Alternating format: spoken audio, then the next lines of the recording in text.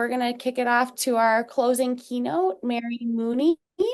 Um, Mary is an alum of UW-Milwaukee. As her undergraduate degree, that's kind of been the theme today, and she's gonna help us think about how we can take up this work within our local context here. So I'll stop sharing and let you take it away, Mary. Thank you, Lisa. All right. So I love that you have been asking for everyone's undergraduate degree. And the reason I say that, it kind of highlights what Karina had spoke about, is that you never know when people are ready to go back and go to college or change their major. I'm, I'm kind of confident that I probably had more majors than anybody in this room, because I was that person that kept changing majors. But the good news is that I loved math. So I could actually just go wherever I wanted to go, because that's usually what held my friends back from the majors that they wanted to choose, was that math component. So I love that we're talking about our undergraduate degree, because many of us probably were able to pivot and kind of change where we were going. Um, so today I did want to take one quick moment to do two things. Number one, shine the spotlight on one of my former students named Truman McGee, who is basically the inventor of the Funky Fresh Spring Rolls. It's a local product in Milwaukee. And I share him for a reason. As I was listening to Dave talk about those students, Truman is the one I think about a lot when I think about my role at the Department of Public Instruction. As a math consultant, I started my career in education as a high school math teacher, and Truman was one of my students. So Milwaukee was the only district that I spoke at or taught at. So when I think about education, this is who I think about, and this is the district that I think about. When I moved to the state, it really kind of forced me into a different perspective, where I had to think about the state. I had to think of small districts. I had to think of rural districts. I had to think of suburban districts.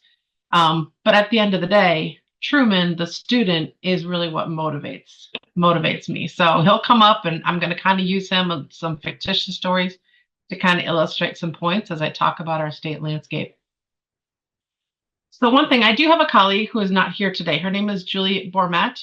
She tends to kind of live in the elementary, middle school world, and I tend to live in the high school world, even though both of us really do a lot of K-12 work. So the two big components of what I do at the state of Wisconsin is think about standards, what it is from the state level that we recommend is the content that is being taught in grades essentially K through 11, because of the way our system is set up. We also think a little bit about how we teach, so the instructional practices. So those are some two big areas that Julie and I work in quite a bit. And so the journey that I wanted to take you on today is one that kind of started with the standards revision, more or less, for high school. A lot of you are grounded in the work of the high school standards. And so in 2021, well, actually in 2020, literally the day the world shut down, is when we started the process of revising the high school standards for essentially the third time. And so we had to kind of pivot, do everything online. But we had a great group of educators that contributed to looking at what the data was from the public. And I'll tell you right away, the public did not want a lot of changes to our standards. We put a lot of work in understanding them, and they didn't want a lot of changes. We also had to consider, in Wisconsin, we have 3 credits of math for graduation. So we had to think about the standards had to cover 3 years of mathematics. And some of you have brought up the ACT. While that is definitely a reality of our high school districts, it is not the be all end all for what we determined what goes into the standards. If you think about things that are, or if you think of a continuum about what you can make change in quickly and what you can't, the ACT is what we can't make changes in. This is really difficult. While there is some avenues we could explore, it tends to be not the low-hanging fruit that we want to pin our hopes and dreams on. So to some extent, that is a reality. And I think Jen spoke to it well, that there's a lot of ways students can still score well on the ACT, but still have different courses or instruction practices to get them there. So I just wanted to kind of put that out, name that out front, because that is a tough one that comes up a lot, but it's very difficult to change. So really quickly, I wanted to go over the standards and what happened in this revision, if you're not familiar with it. So some of the things stayed the same. For instance, the K-8 standards. The K-8 standards are kind of amazing. And part of that is structurally. Part of that is because in Wisconsin and most schools across the country, students go grade to grade. And it's very easy to define what students need to know in one grade level. And we have this idea of coherence. So that whatever you learn in first grade is going to be used and leveraged in second grade. From second grade, you're going to third grade. So it all works out very, very nicely. We also have the math practice standards that a lot of you alluded to as well.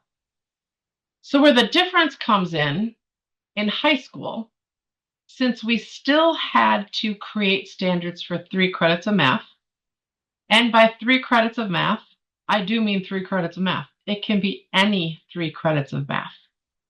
But the state really wanted to, I should say the work group really wanted to try to push a little bit, even though that's what the state statute says. We wanted to kind of signal that, that's what it says, but here's what we think is best. We think that every single student should have access to a set of 2 years worth of standards, and they delineated those by calling them the first 2 years. And as I'll go into a little bit later, that could be algebra geometry, it could be integrated math 1 or 2. Those are really the 2 most common pathways that we should be considering for our students. We also, in the name of equity, wanted to add 2 additional shifts. So the shifts we came with are focus, coherence, and rigor, and those are about the mathematics.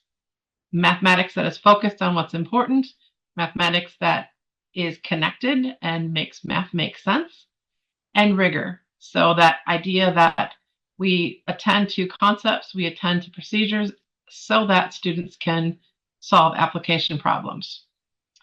We added the shifts of identity and flexibility to signal, most importantly, that these standards kind of serve to say, you know what, we got to shift from teaching mathematics to students to teaching students mathematics. So as we think about the mathematics, we must also really think about the students that we're teaching.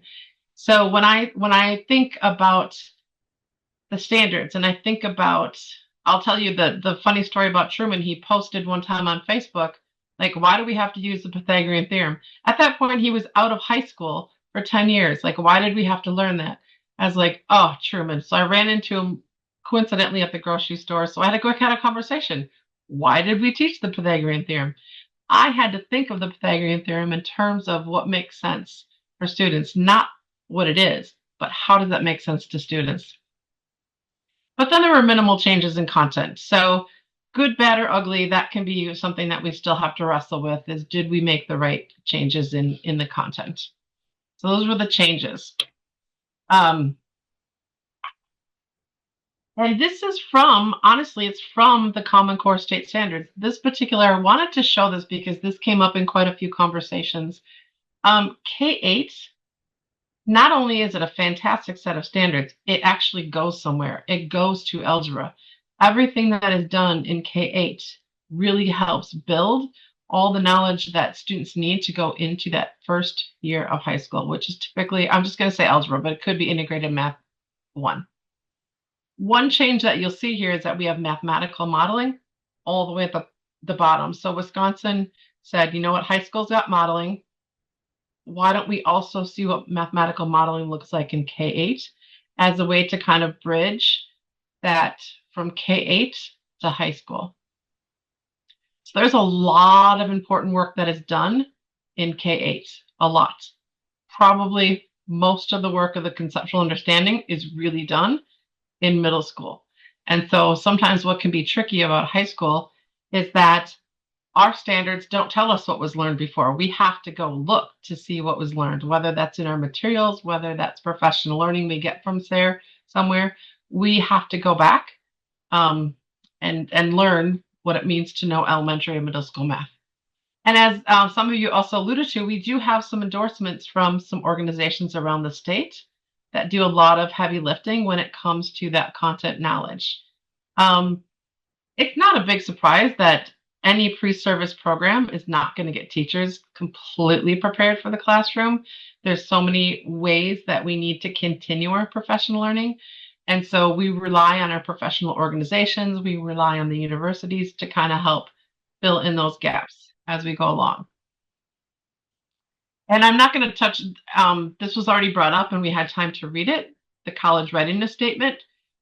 So this can be difficult because I know there's a competition kind of between the ACT and between the standards that the Wisconsin 2021 Wisconsin state standards. But we really have to think about where are the standards that is going to get us the most bang for our buck? Where's the most complete set of standards that really give us everything we need? And I would argue that it is the 2021 Wisconsin standards for mathematics. That is the whole package. And I know Sarah Brown is on here too. And so if you have any questions about how our standards prepare students for the ACT, she's your person. Talk to her because she did a very in-depth study about how if we attended to all of those standards, we have what we need for the ACT. All right. So why am I here? Why are we all here?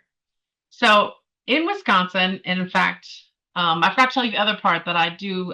Dave Kong alluded to it, that I'm also part of my professional organization is ASSM. So the Association for State Supervisors of Mathematics.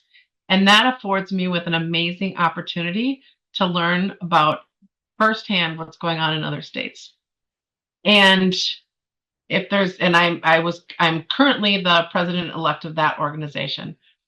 And one thing I would like to change is how we speak about this notion of local control, because every state will tell you they have local control. And it almost gets into a competition to see who has the most local control. And I kind of feel like Wisconsin wins. And the reason I say that is because when you speak about local control, you should really be specific about what you mean. So I can give you one example that's really important to our conversation today is the fact that our state graduation requirement for credits in mathematics is 3. When I first started teaching, it was 2. It was only 2 credits were mandated by the state for graduation. So interestingly enough, that already, if you were to follow the state statute as a district and not go above and beyond, you would not be preparing students for even admission, which honestly is the lowest bar. If we talk about admission, placement, and success, admission is a pretty low bar. So our graduation requirements didn't reach that. I actually need to dig in the history of this, but I don't know why it changed, but it changed 3 credits. And like anything, there's probably a million reasons, and it depends on who you ask, really. But we went from 2 credits to 3 credits in mathematics for graduation. But we didn't tell you what credits, or didn't tell the districts what credits that was going to be. So what had happened, and there's been some research on this, is that some schools started being innovative on the lower end. So started creating pre-algebra courses and having that count as a credit towards graduation. So if you've heard the word systemic inequity before, or the phrase, that's exactly an example of what that is. So students are going to high school not prepared, and I'm going to say that kind of in quotes, and taking pre-algebra. That meant by the end of those 3 years, they're still not college, they're still not having access to college admission. So that was a very systemic way that we need to tackle right now. We need to really think about what are those 3 credits that basically are kind of working against some of our students. And the data is very clear. I didn't put a lot of slides on here for data, but we all know, like, we have achievement gaps. We have opportunity gaps. We have a lot of gaps in this country between almost every students that have been underserved and our white students. And that is something that we really need to think about as we go through the next couple slides. So I forgot to go back and tell you about this launch years initiative. So again, sometimes it's reassuring, sometimes it's frustrating that when we think about our Wisconsin problems, they're often the same problems that are happening in the other states. Many people are really struggling with what does it mean to open up this access to all students. And so the Launch Years Initiative is from the Dana Center and really was designed to kind of tackle this. How do we get more students the access to college and to be successful? And so Wisconsin has been lucky enough to be part of that in some way, shape, or form since about 2019. So really excited, and we're continuing this year. But what it comes down to, what we've learned over the years, is that we have a couple places, big high-level places we need to consider.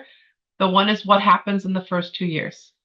That's a lot of place where we can start tackle our equity concerns, because if students aren't coming to us ready and being successful in the first 2 years, we've already shut some doors. So the Launch Years project for Wisconsin is really how do we keep these doors open over the course of 3 or even ideally 4 years of mathematics. The second piece we wrestle with is that third credit. What do we do with that third credit? There's a whole group of people, probably a lot of them on the call. When you say Algebra 2, we all roll our eyes. We're like, yo, that Algebra 2, what is it? What do we do with it? How do we interest kids in it? Why is everything, centering on Algebra 2? So we really are wrestling with what do we do with that third credit? And again, in Wisconsin, this is local control. So the schools get to make all these decisions. So what I have to do really at the state is think about how to be the matchmaker. How do I get people to talk to Jen Lawler about the courses that she did in that third year? Because everybody gets to do their own thing because they know their students the best. But then where is that guidance where we can say, yes, you know your students, but can I convince you to just take a little step towards more equitable practices? And the last piece we really found that needs some attention in Wisconsin is a fourth year option. Not at all required for graduation, but the fourth year options are kind of amazing. We have computer science. We have CTE, the Career and Tech Ed department we can partner with. We have data science. Because of the way the world is changing right now, we have a lot of different ways to engage students in mathematics. And I'm coming to you I didn't need any help. I love math. It didn't matter to me, but I also have friends who do not like math. And I often have to tell them that they didn't like the math they did in school. So perhaps we can think about how do we have some better options for kids, whether it's in the courses like algebra and geometry, or whether it's a fourth year option. So kind of that fourth year option to me speaks to relevancy. And at the district level, these decisions should essentially be guided by your vision. What is your vision in high school mathematics? It should be guided by standards. We're going to talk a little bit more about that. And then instructional materials. I often get asked about materials or what standards go in courses. Two impossible questions to answer because they actually work in tandem.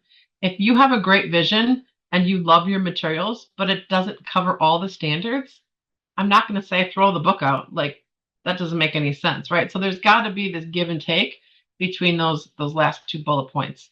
But the good news is because of the flexibility, because Wisconsin doesn't publish a list of the books you can use, districts do have the opportunity to be innovative with materials, with instruction, with almost anything that they want to be innovative with.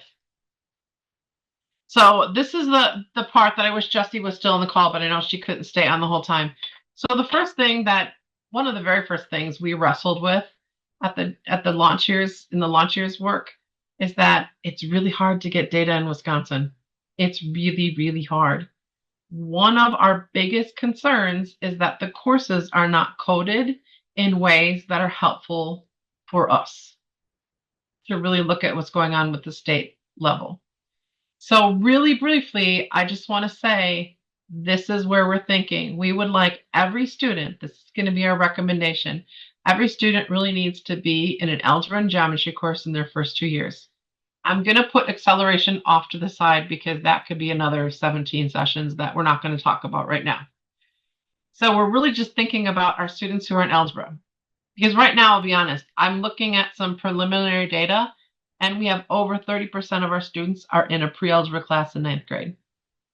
So that means 30% of our students are not having or 30% of our districts are perhaps putting up barriers to that college admission already when they're placing students into ninth grade. Um, and so you see in this chart is that it says algebra and then it says a SCED code. Totally not my world. That's the counselor's world. And then it has a course description. I want to bring something to everyone's attention, and I'm not sure if everyone understands. Those course descriptions are basically a norming narrative about what that course is. That by no means tells you what should be in that course. If you build a course just on that course description, it will be very shallow. It will not be helpful. It will likely miss some really important pieces of the standards. So at the local level, the courses are really about the standards. Those are the decisions that the districts need to make. The norming narrative is not set in stone. It's simply one way that when the data goes someplace else outside of the state to a different institution, they can say, this student has algebra. This is pretty much what they learned. So you don't have to super duper pay attention to those. It's really the standards that the teachers need to really unpack and think about how those are rolling out. The other option, which is funny enough, this integrated math 1 and 2, this is probably in that ninth grade space. This is the question I get the most questions about. What are the schools that are doing this integrated math? It's really interesting to some people, but there's not a lot of schools that are doing this. I just heard from Mark and Tomahawk, and they have just switched to integrated math 1. So their plan is to roll out and go integrated math. That is really helpful because when you think about our standards, when I was in Milwaukee, we had to figure out how to put statistics, the probability and statistics standards into the first 2 years. Students should have access to that domain or that conceptual category as well. So the integrated math is a little bit easier to kind of think a little bit more deeply about how to include all the different mathematics. And as Dave said, we're pretty much the only country that does this algebra geometry. I also recognize that it's a heavy lift. And when you change that, likely parents are going to have a huge problem with that because they won't think you're teaching the same material. But that is a choice districts get to make. All right, so here are some things that we've learned that we need to consider if all students will have completed algebra by ninth grade. We really need to look at our data and make sure that all of our students are successful. And I think about Truman, and this is a huge piece of the inequity, is that Truman was in Milwaukee. Milwaukee didn't have pre-algebra. Milwaukee starts every student in algebra. But if Truman were to move to a different school district with his same set of mathematical knowledge, he would have been in a pre-algebra course, or he could have been in a pre-algebra course. We don't know. So I think that's already a signal to me that there's probably some inequities happening. A student could just move from district to district, and just that move would determine whether or not they were eligible or not, depending on their criteria.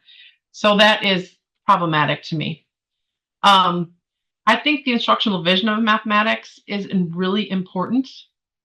Does your district believe all students can learn all 3 years worth of the standards? If that's in the vision, then they need to start learning the standards in ninth grade. Because we really wrestled with when some students, at the end of the 3rd year, they might be done with math for whatever reason. They don't want to take a 4th year. So even if we have the best intentions by saying, I'm going to start you in pre-algebra, many times those students will not make it to the 4 years of math. Not to mention, what is the 4th year? The 4th year would then be maybe algebra 2, and it wouldn't be the courses that might be more relevant. And lastly, what do we need to do for educators? Are you ready? Are we ready to have all of our students in ninth grade and passing ninth grade? I can tell you, I was not, because no matter what, students will come to you with either unfinished learning or unfinished teaching. And is your district ready? Do you have resources that supports unfinished learning and unfinished teaching? And that is another big part of this algebra in ninth grade that we need to wrestle with. And it's something our team is constantly thinking about. So the second point is all students are college and career ready in math. This group has been amazing in conversations and helping us change the narrative of what it means to be college ready in mathematics. And there's no way you can convince me that we shouldn't shoot for all students being college and career ready in mathematics by what we, the mathematics community, know it's best. Those 3 years of mathematics as outlined in the standards. But again, this is going to come down to resources. What do we have for those third year courses? What standards? There's a little bit more flexibility with that third year and standards. And what do the high school teachers need to know? So that's always going to be something that's part of this work, is that what do we as teachers, educators need to be able to know to make these things happen? And so really this also comes down to, when I think about data collection, when I think about trying to clean up the data in Wisconsin, essentially there's kind of two choices: Algebra 2, Integrated Math 3. We probably still have a lot of exploring to do in how we provide guidance in courses. And I honestly not even sure if that's going to be a possibility. But right now, this is where we're sitting for Algebra 2 or Integrated Math 3. As we talked about the direct admit, these for sure will just get, these are all good. These course codes are good. The student will get the direct admit letter. The other point that's interesting, and this is where you can really talk to some of the folks who have done this. When you make courses, the courses titles are local. You can change the titles just because that SCED code says Algebra 2. It doesn't have to be called Algebra 2. So you can essentially make up a name and have a SCED code that's close to that. So if you really want to think about how you're going to clean up your data to make sure that students get all programmed in this and have access to the same mathematics, that would be a great question for Jesse or anyone else who has some expertise in that course coding world. And then lastly, all students have a fourth option of math. This is a tough sell. I know we probably have some small districts on the line that can't do this, and I think we need to also think as a state. I just spoke to another teacher who teaches all grades 6 through 12. And I think he told me, and I said, well, what's the highest grade that you have? And he's like, 1 year I got to teach pre-calculus. And he had a big smile on his face, and he had about 3 students. So what happens when we have those small districts that don't have the opportunity to have those courses? I worry about that. I think about Truman. I had Truman in a pre-calculus course. He was not going to calculus, but that was the only option that he had, and I came in a big district. But so that kind of shaped how I was teaching all of my students in 9th grade, 10th grade, 11th grade. I knew what the options for 4th year were, so that's what I started teaching towards. But imagine if we had better 4th year options for students, that could impact what we bring up in the previous years and keep them interested in mathematics. And I loved the conversation about dual credit, dual enrollment, AP courses. Really, really important conversations. We have to continue talking about that. You brought up points today that I didn't think about either. And that's great because I need to be in conversations with College Board. And so that is really helpful for me to kind of think about what does that fourth options of math look like. I also am intrigued by this idea of the data science or the quantitative reasoning or the stats. What are some ways that Wisconsin can dig in and learn a little bit more about those as a 4th year option?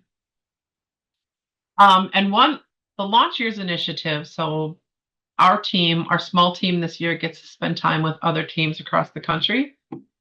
And because of that, we were offered the opportunity to be one of 5 states to join the pilot course of the Integrated Statistics and Quantitative Reasoning. Jen brought it up, as Kenosha is one of those districts. Also, Edgerton and Sun Prairie are the 3 districts.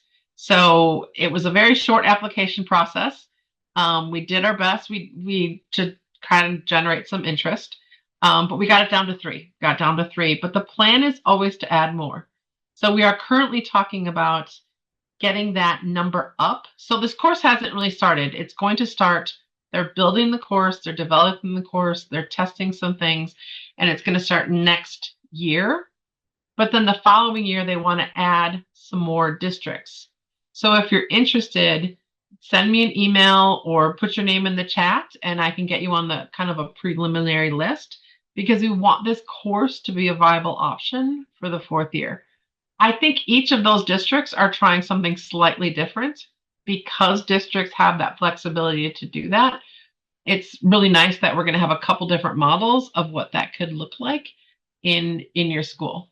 And it's the materials. It's not just a course. It's actually the materials as well, and some pedagogy and everything else that goes with it. And really designed to get kids interested to continue taking mathematics and having some more relevant math.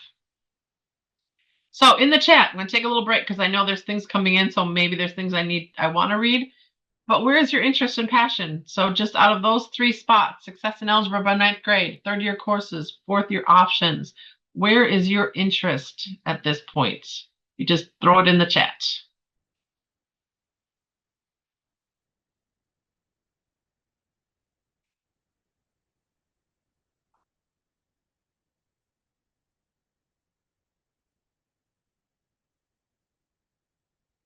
Ken, I can't wait. Can you make sure I have a desk in your classroom too, by the way? Because that'd be ideal.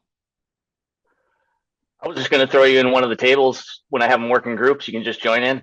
I'm all in. I hope you don't have a morning class, though.